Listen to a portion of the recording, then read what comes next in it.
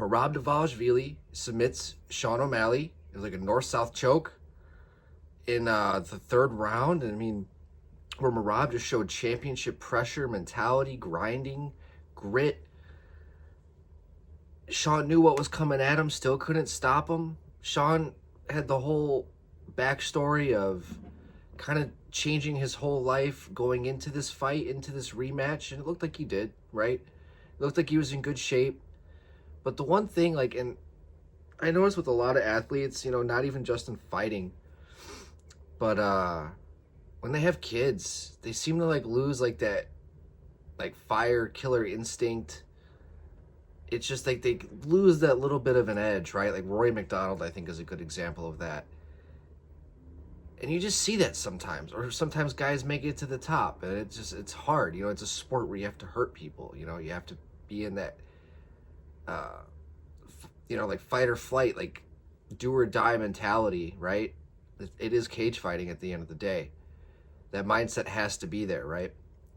And one thing I think I've talked about on this podcast before too, where it's like, I remember there's a time when Barry Bonds, if you guys don't know who Barry Bonds is, he's one of the greatest baseball players of all time, if not the greatest baseball player of all time. But he had an abrasive personality, very eccentric, caused problems with his teammates. His ego was definitely as big as his playing style, right? And at one point, the team got together and they said, Barry, we're going to trade you if you don't stop acting this way, right? If you don't start being a team player. So he calmed down, started acting like a team player. He shut up, stopped talking, stopped showboating.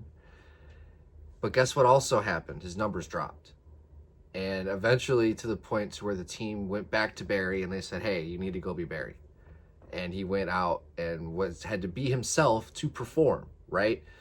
So as Sean O'Malley tried to lose that sugar persona, it also could have been exactly what got him to the dance, where he maybe felt a little bit too lost within that character. I think that he still maybe not should have shed it completely, but have still been able to reel back in what once was. But not to take away from the victory of Merab Dvalishvili here, went out there and just put on a relentless pace, pressure, and eventually just broke Sean. Next fight, obviously, Corey Sandhagen. That's the fight to make. Corey was there. That's the fight to make. Corey's coming off the big win over Figgy. And that type of striking I'd like to see against the wrestling of Merab. And I think the jiu-jitsu style, the attacking jiu-jitsu style of Corey Sandhagen can pose some problems as well for Merab Dvalishvili. And I think the pressure of Merab can be a really good way to neutralize the offense of Corey Sandhagen.